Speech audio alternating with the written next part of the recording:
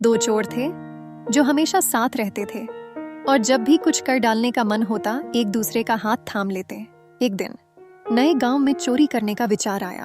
रात गहराने पर उन्होंने एक बड़े घर में घुसने का निश्चय किया और जैसे ही वह अंदर पहुंचे, ऊपरी मंजिल पर रखी धन की गड्डियों ने उन्हें खुशी से भर दिया। पैसों की खुशी में वे पलक झपकाते ही बोरों में नोट भरने लगे। चोरों ने देखा कि वहां कई शराब की बोतलें भी थीं। शराब का ठेका देखकर उनकी खुशी दोगुनी हो गई।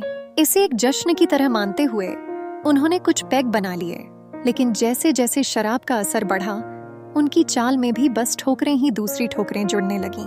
थोड़ी देर बाद उनकी नशा का आलम यह हुआ कि खाली बोतलें टकरा कर गिरने लगीं, जिससे आसपास के लोग जाग गए। एक बड़ा शोर मच गया, चोर चोर पकड़ो। यह सुनते ही चोर भागने लगे। दौड़ते दौड़ते वे नदी के किनारे पहुंचे, जहां उन्हें एक नाव दिखाई दी। डर से भागते हुए उन्होंने नाव में सवार होकर अपने कपड़े संभाले और चप्पू चलाने लगे। रात की काली चादर के बीच उन्होंने नाव को खेना शुरू कर दिया। दोनों दोस्त एक दूसरे से बातें कर गति को बढ़ाते गए। ऐसा लगा जैसे भागने का एक बड़ा उपक्रम है। परंतु सुबह सवेरे जब थकान की गिरफ्त में आए, तब वहां के लोग आकर उन्हें पकड़ लिया।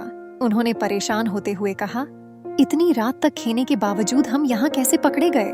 आसपास के लोगों ने मुस्कुराते हुए समझाया कि नाव तो दरअसल एक पेड़ से बंधी हुई थी।